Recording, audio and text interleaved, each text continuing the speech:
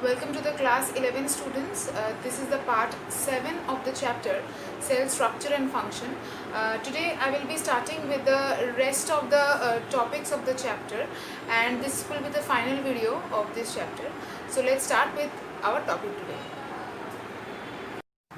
So starting with an important cell organelle is known as centriole. Okay, so centrioles are found only in animal cells. Make it clear that they are not found in plant cells, they are only found in animal cells, and we will discuss the structure of centrioles in details. But before that, let me tell you the most important role of centriole, that is, it helps in the formation of spindle fiber.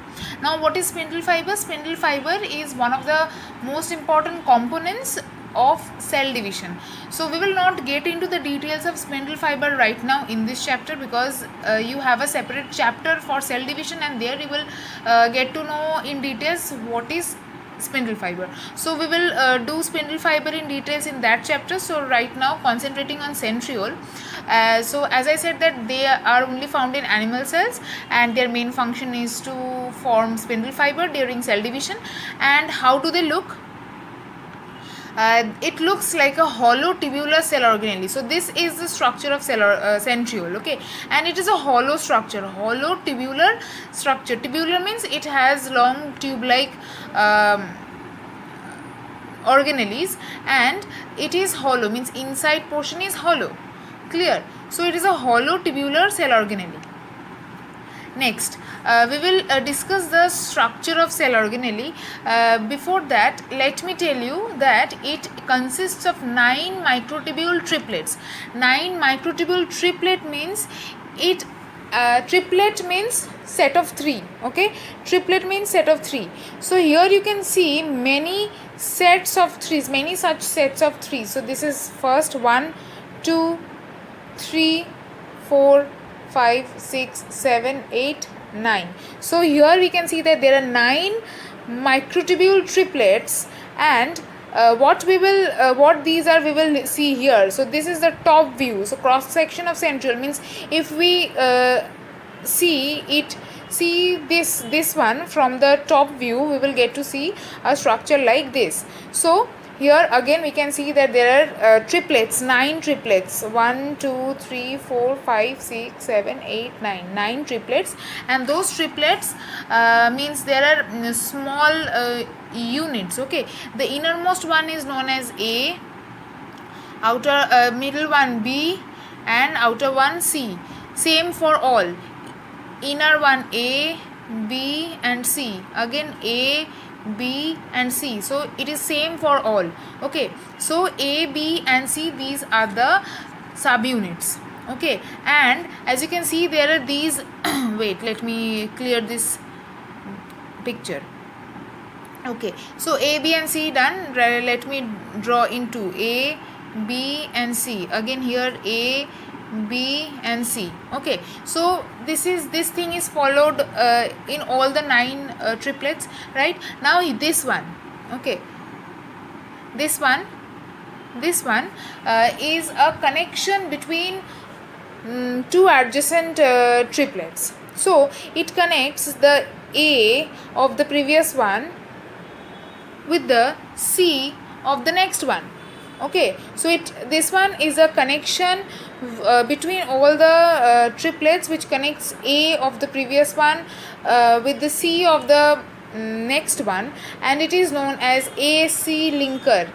AC linker. Okay, again, if from that side, if you are seeing that, it can be also known as CA linker. AC linker or CA linker, I mean, it connects all the triplets. Okay, this is also known as cartwheel model, because it looks like the cartwheel, it looks like the wheel of a cart, right? So if I draw the wheel here, and these all looks like those rays coming out, so this will look like a wheel of a cart, right? So that is why this is known as cartwheel model, and it is made up of 3 subtubules A, B, and C, as I have said, and there is a linker, AC linker or CA linker, whichever way you can say. Okay, so this is all about the structure of centriole, and I have already discussed the function of centriole is that it helps in the formation of spindle fiber during cell division, and there is another function that it also helps in formation of sperm tail.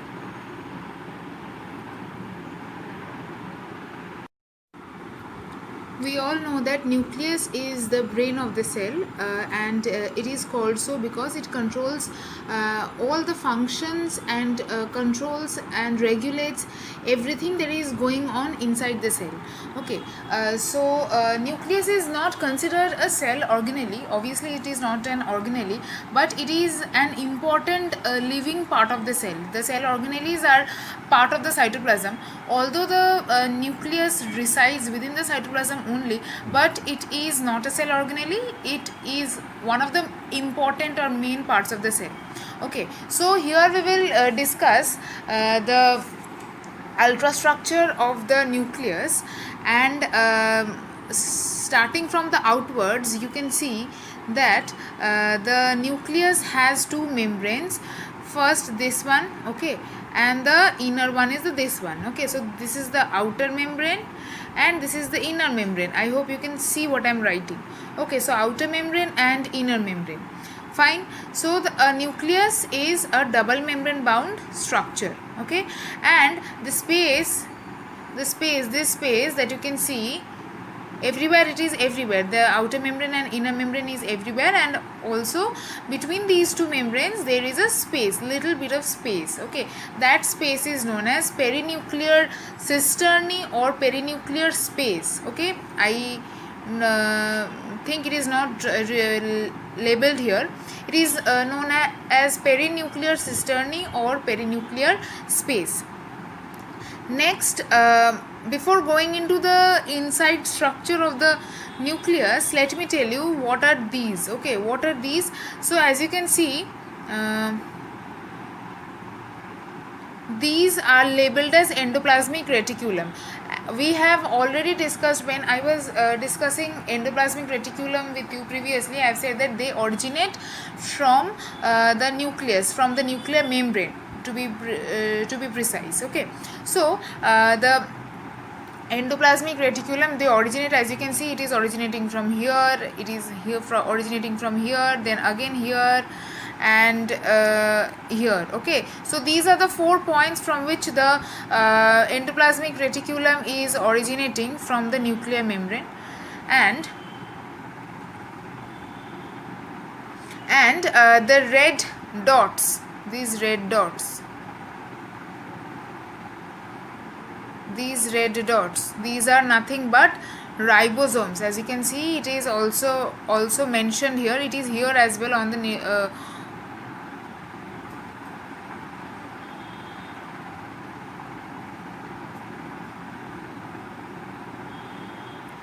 so it is here as well. Okay, so on the nuclear membrane we can also find the ribosome, and the endoplasmic reticulum originates from the nuclear membrane. It also contains ribosomes on it. Okay, moving on towards the inside structure of the nucleus. As you can see, this is this darkly stained structure here. This is known as the nucleolus.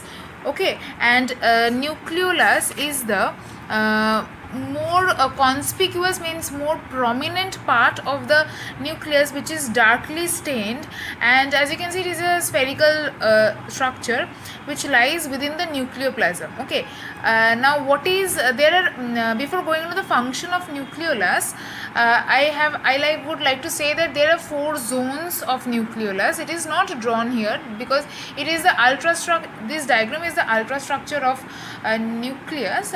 We are not going into much details of nucleolus, but still I would like to tell you that nucleolus also has 4 separate zones inside it, and those zones are known as granular zone, fibrillar zone, amorphous zone, and nucleolar associated chromatin zone. These are the 4 names of the zones. You will find the names in the in your book. I will also provide in the notes. Okay, and the function of nucleolus is RNA production. As we all know that the main function of nucleolus is RNA production, and it also helps in ribosome formation and protein synthesis. So what are the main functions of nucleolus? It helps in RNA formation, it helps in ribosome formation, and it also helps in protein synthesis. Fine. Next, moving on to this structure, this network like structure here. Okay, these, what are these? I will just rub these lines that I have drawn. Okay, so those network like structures, string like, thread like structures are known as chromatin fiber. Okay, chromatin fiber, they are also known as chromatin reticulum. Another name is their nuclear reticulum. Okay, so chromatin reticulum, chromatin fiber, nuclear reticulum, these are all the names of this one. Okay, it is written here as chromatin, so we can also say the other three names as well. Okay, now what are these? These are deeply coiled, means highly coiled thread like structures which consist of the chromosomes. Okay, and when they will be means uncoiled, they will form that chromosome structure. From these chromatin reticulum only the chromosomes come. Clear? Moving on to nucleoplasm. As you can see here, the nucleoplasm. So which one is the nucleoplasm? This empty space here, here, here, everywhere, the empty space other than this one and this reticulum. Okay, this is known as nucleoplasm. Okay, so what is nucleoplasm? The matrix like substance or the jelly like substance inside the nucleus, where this nucleolus and chromatin fiber, they all reside, is known as nucleoplasm. And this is more or less similar to that of the cytoplasm of a cell. Okay, a cell has a cytoplasm inside it, and nucleus has the nucleoplasm inside it. Okay, so one thing I have not mentioned while I was talking about the membranes, here you can see the nuclear envelope. The nuclear envelope is that nuclear membrane only. So one thing that should be mentioned along with nuclear membrane is nuclear pore.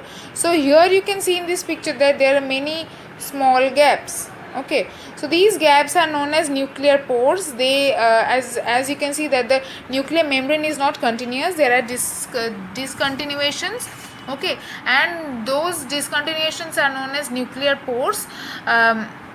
And through these nuclear pores, exchange of materials or molecules can take place from the nucleus towards the extranuclear space, means towards the with the other part of the cell, means which is outside of the nucleus. Okay, so this is the basic structure of the nucleus. And the function of nucleus is the main function will obviously be that it helps in controlling and regulating all the activities inside the cell. And one of the other main functions is that it helps in cell division and thus helps in the reproduction of new cells. Clear? So this is all about nucleus, which is known as the brain of the cell, and this is a living part of the cell. And we have also discussed the ultrastructure and function of nucleus.